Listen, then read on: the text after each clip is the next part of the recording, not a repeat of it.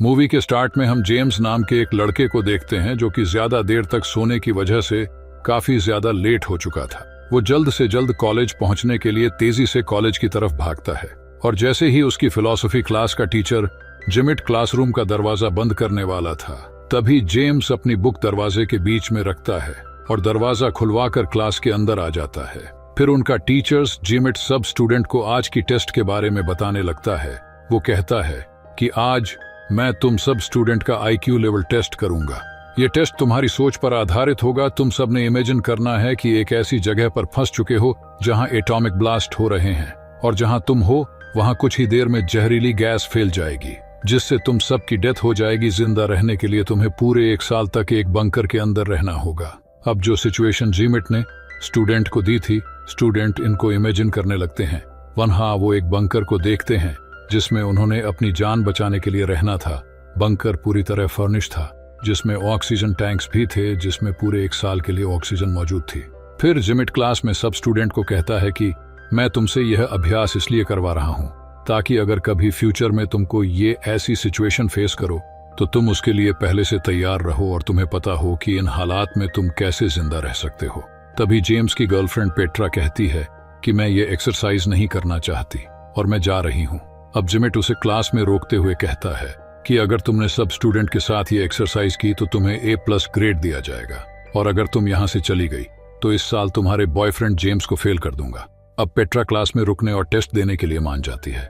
इसके बाद जिमिट सब स्टूडेंट को बॉक्स में से एक एक कार्ड देने लगता है, लेकिन पेट्रा और जेम्स को कार्ड देने से पहले वो जोर जोर से खांसते हुए अपने टेबल के पास जाता है।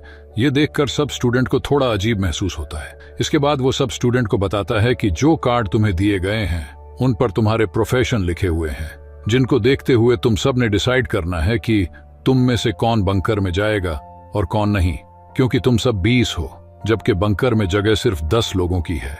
वो उन्हें कार्ड पे लिखे प्रोफेशन पढ़कर बोलने के लिए कहता है। जेम्स का प्रोफेशन एक किसान का था और पेट्रा इंजीनियर थी। इसके बाद हम देखते हैं कि सब स्टूडेंट अपने इमेजिनरी वर्ल्ड में है।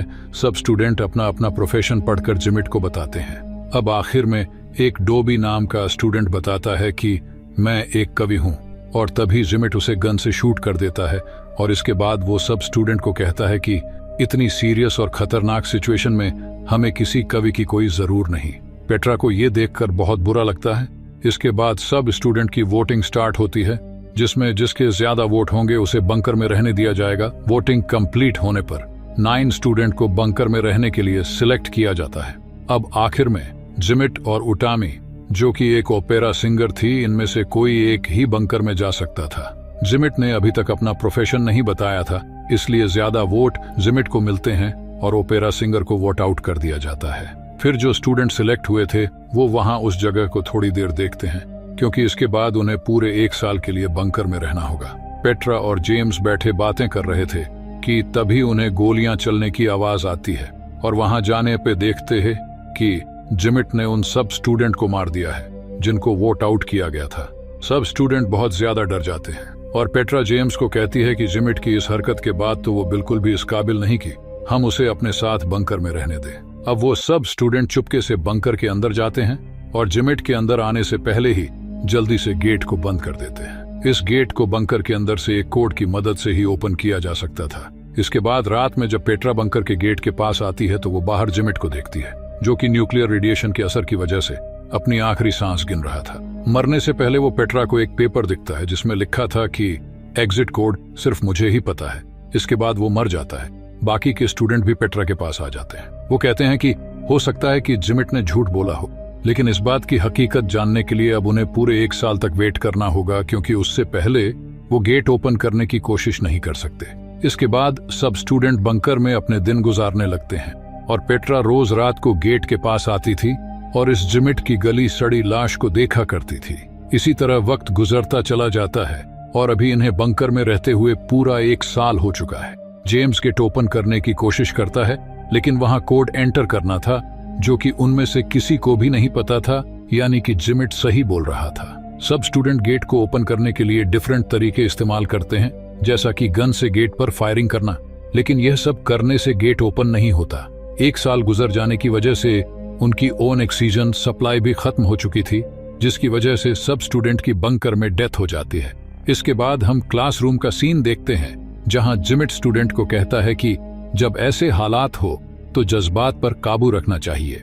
एक चिप्स नामी स्टूडेंट जिमिट से पूछता है कि आपको एग्जिट कोड कैसे पता था। फिर जिमिट अपना प्रोफेशन कार्ड निकालकर सब स्टूडेंट को दिखता है जिसपे बंकर बिल्डर लिखा हुआ था। इसके बाद एक्सरसाइज का सेकंड राउंड शुरू होता है जिसमें वो एक ऐसी लोकेशन पर होंगे जहां हर तरफ वोल्केनो फट रहे होंगे और न्यूक्लियर रेडिएशन की वजह से दुनिया के सारे लोग मारे जाएंगे, जिनमें बस ये स्टूडेंट ही बाकी रहेंगे और इन्हें फिर से पूरे 1 साल के लिए एक बंकर में रहना होगा और दुनिया को फिर से रिपॉपुलेट करना होगा। अब जिमिट बंकर में जाता है और एक गन ले लेता है। इसके बाद सब स्टूडेंट को फिर से उनके प्रोफेशन कार्ड दिए जाते हैं। इस बार भी जेम्स किसान था, लेकिन और साथ ही साथ वह एक गे भी था और इसलिए वो किसी भी लड़की को प्रेग्नेंट नहीं कर पाएगा, लेकिन फार्मर होने की वजह से जेम्स की वोटिंग में सिलेक्शन हो जाती है। इसके बाद बाकी के स्टूडेंट भी अपना अपना प्रोफेशन कार्ड से पढ़कर बोलते हैं, जिनमें से कुछ स्टूडेंट सिलेक्ट होते हैं और बाकियों को वोट आउट कर दिया जाता है। इस बार से जिमिट फिर से कवि को फिर से शूट कर देता है और कहता है कि इस बार कवि मैं बनूंगा। जिमिट की फिर से यह हरकत देखने के बाद स्टूडेंट डर जाते हैं और जिनको वोट आउट किया गया था वो अपनी जान बचाने के लिए वहां से भागने लगते हैं, लेकिन थोड़ा ही दूर जाने के बाद वो सब एक वोल्केनो फटने की वजह से मारे जाते हैं। अब जो स्टूडेंट सिलेक्ट हुए थे वो और जिमिट बंकर के अंदर आ जाते हैं। फिर रात में जब पेट्रा जेम्स के पास जाती है तो वो देखती है कि जेम्स एक जैक नामी स्टूडेंट के साथ इंटीमेट हो रहा था। पेट्रा को ये देखकर बहुत ज्यादा बुरा लगता है और जेम्स उसे समझाने के लिए उसके पास जाता है, लेकिन पेट्रा उसकी एक नहीं सुनती। इसके बाद हम देखते हैं कि सब स्टूडेंट डिस्कस कर रहे थे कि किसको अपना पार्टनर बनाना चाहिए ताकि वो दुनिया को फिर से रिपॉपुलेट कर सके। सभी स्टूडेंट अपने अपने पार्टनर चुन लेते हैं और अब आखिर में पेट्रा रह जाती है, मगर जेम्स उसका पार्टनर नहीं बन सकता था क्योंकि वो एक गे था। पेट्रा जिमिट को चुन लेती है और उसे अपना पार्टनर बना लेती है।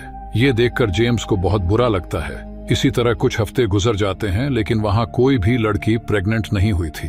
अब जिमिट सब स्टूडेंट को कहता है कि हमें अपने पार्टनर चेंज करने चाहिए, हो सकता है कि ऐसा करने से बात बन जाए। मगर एक फीमेल स्टूडेंट कहती है कि ऐसा करना वास्तव में गलत है और अब हम तुम्हारी कोई भी बात नहीं मानेंगे। जिमिट गुस्सा होकर वहां से चला जाता है और थोड़ी ही देर में वो एक गन के साथ वापस आता है।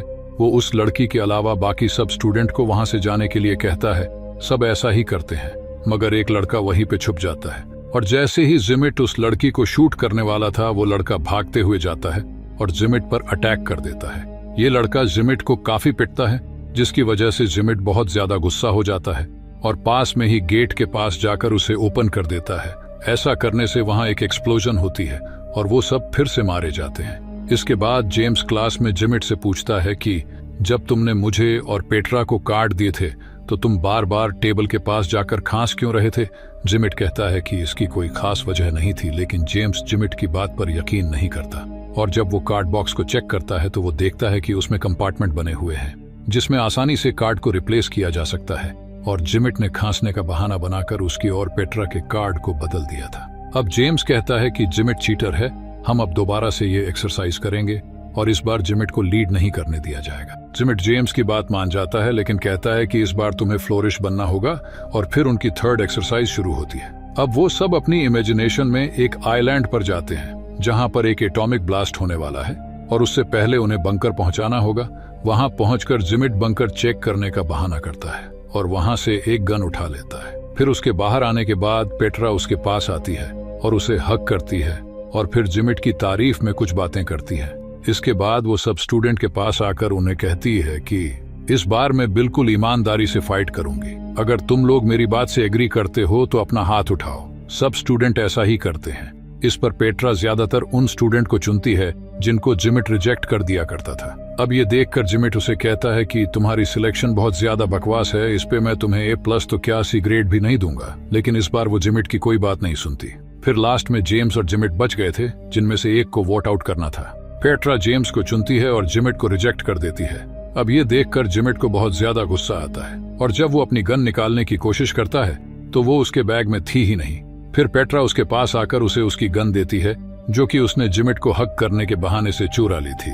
इसके बाद जब वो जेम्स को शूट करने की कोशिश करता है तो गन में बुलेट नहीं थी क्योंकि वो भी पेट्रा ने निकाल ली थी।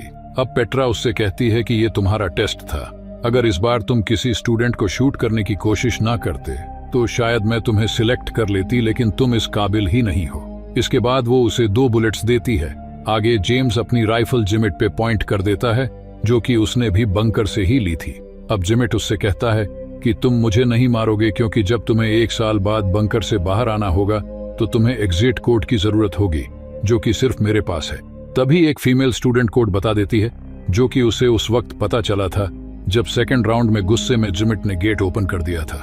अब जिमिट ये देखकर काफी ज्यादा शॉक होता है और गुस्से में वहां से चला जाता है।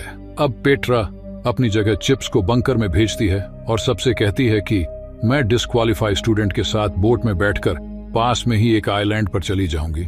मगर तभी चिप्स कहता है कि बोट की चाबी तो मेरे पास है। अब जब पेट्रा चाबी लेने गई तो वो उसे बंकर के अंदर खींचकर बंद कर देता है और इसके बाद वो बाहर खड़े स्टूडेंट के साथ बोट में बैठकर वहां से चला जाता है।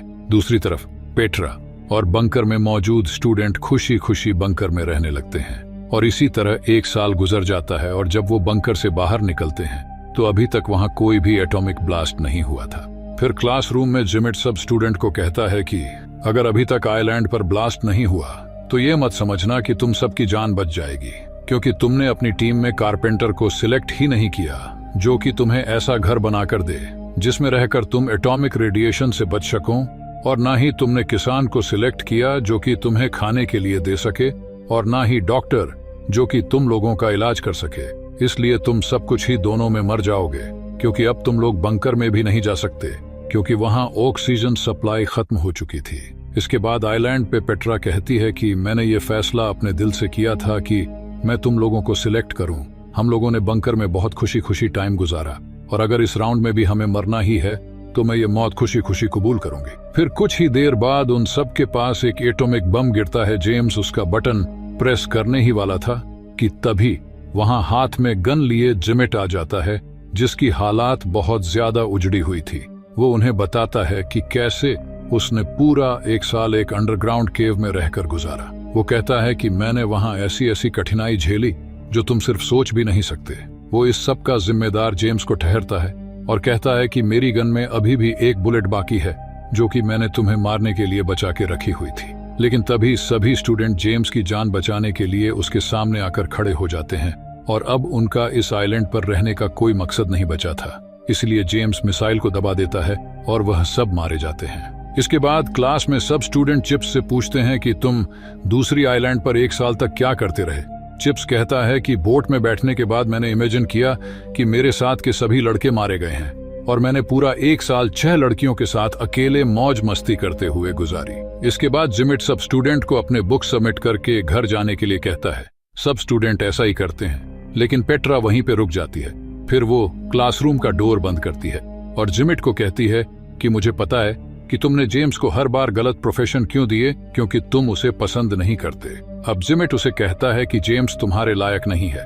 एक्चुअली जिमिट पेट्रा को पसंद करता था, लेकिन पेट्रा उससे कहती है कि मैं तुम्हारी कभी भी नहीं हो सकती, क्योंकि मैं जेम्स से प्यार करती हूँ। ये कहकर वो जिमिट को एक किस करती है और फिर वहां से चली जाती है। इसके बाद जिमिट क्लासरूम में जाता है और डिफरेंट पॉसिबिलिटीज को इमेजिन करने लगता है, जिनमें से एक में वो पेट्रा को याद कर रहा था और एक में खुद को गन से शूट कर देता है। दी एंड वीडियो को लाइक और चैनल को सब्सक्राइब करना बिल्कुल भी मत भूलना।